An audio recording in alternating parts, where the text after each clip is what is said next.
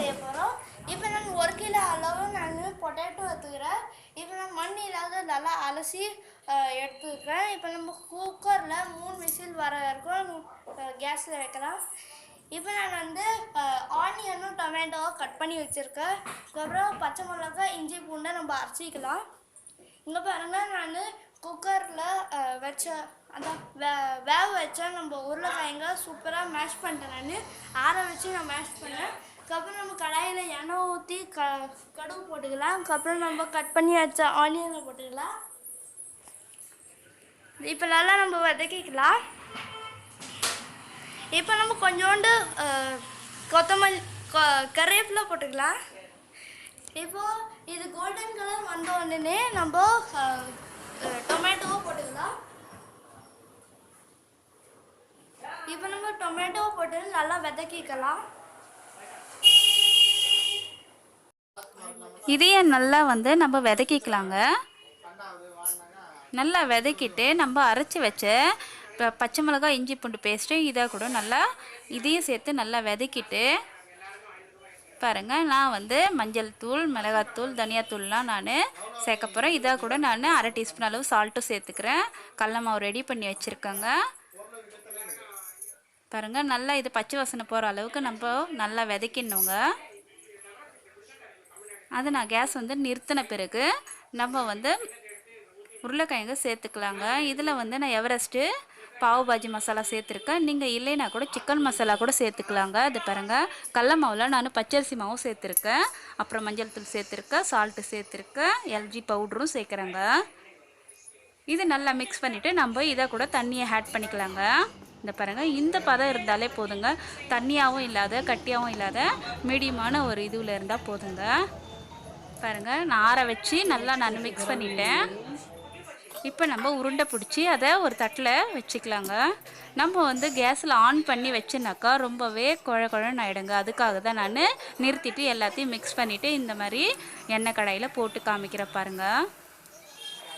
நான் வந்து அரைவேக்காடில் தாங்க வேக வச்சு எடுத்துருவேன். நான் செகண்ட் டைம் மறுபடியும் போட போகிறேங்க. இது வந்து மும்பையிலே ரொம்ப ஃபேமஸான ஒரு டிஷ்ஷுங்க. இதில் வந்து நம்ம பாவு வந்து உப்பு போட்ட பாவு தாங்க, அது பன்னு யூஸ் பண்ண போகிறோம். நம்ம வந்து ஆர்டர் பண்ணி கூட செஞ்சுக்கலாங்க. ஸ்வீட்டான பன்னு சாப்பிட்டாக்கா இதை கூட அந்த அளவுக்கு டேஸ்ட்டு வராது. நீங்கள் வேணால் ட்ரை பண்ணி பாருங்கள். வீட்டில் உங்களால் முடிஞ்சால் பன்னு கூட செஞ்சு பாருங்கள். அதுவும் சால்ட்டு போட்டு செஞ்சு பாருங்கள், ரொம்பவே டேஸ்ட்டாக இருக்குங்க. பாருங்கள், இந்த மாதிரி எதனா ஒரு ஃபங்க்ஷனில் நம்ம இந்த மாதிரி டிஃபன் கூட செஞ்சு தரலாங்க. ஒரு பர்த்டேவோ எதனா ஒரு ஃபங்க்ஷன் இருந்தால் போதும், இந்த மாதிரி ஒரு டிஷ் செஞ்சு கொடுத்தா எல்லோரும் விரும்பி சாப்பிடுவாங்க.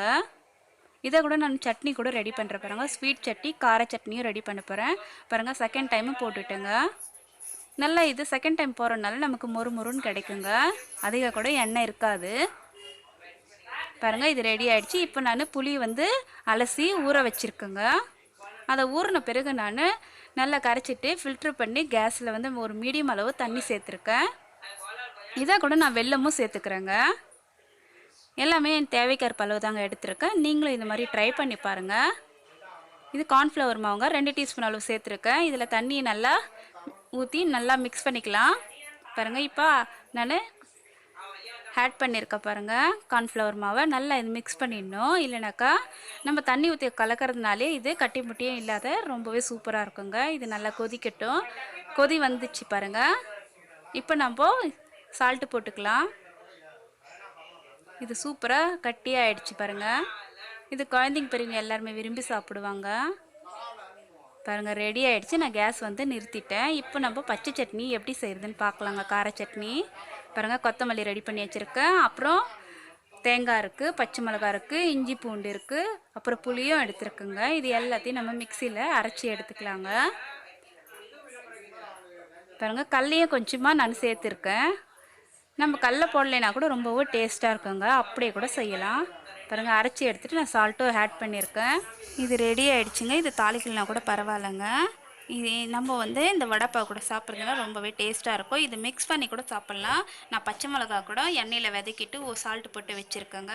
இது சூப்பராக இருக்கும். ஓகே ஃப்ரெண்ட்ஸ், இதே மாதிரி நான் மிளகா பொடி கூட ஒரு டைம் செஞ்சு காமிக்கிறேன் ஃப்ரெண்ட்ஸ். இந்த வீடியோ உங்களுக்கு பிடிச்சிருந்தா லைக் பண்ணுங்கள், ஷேர் பண்ணுங்கள், கமெண்ட் பண்ணுங்கள், சப்ஸ்கிரைப்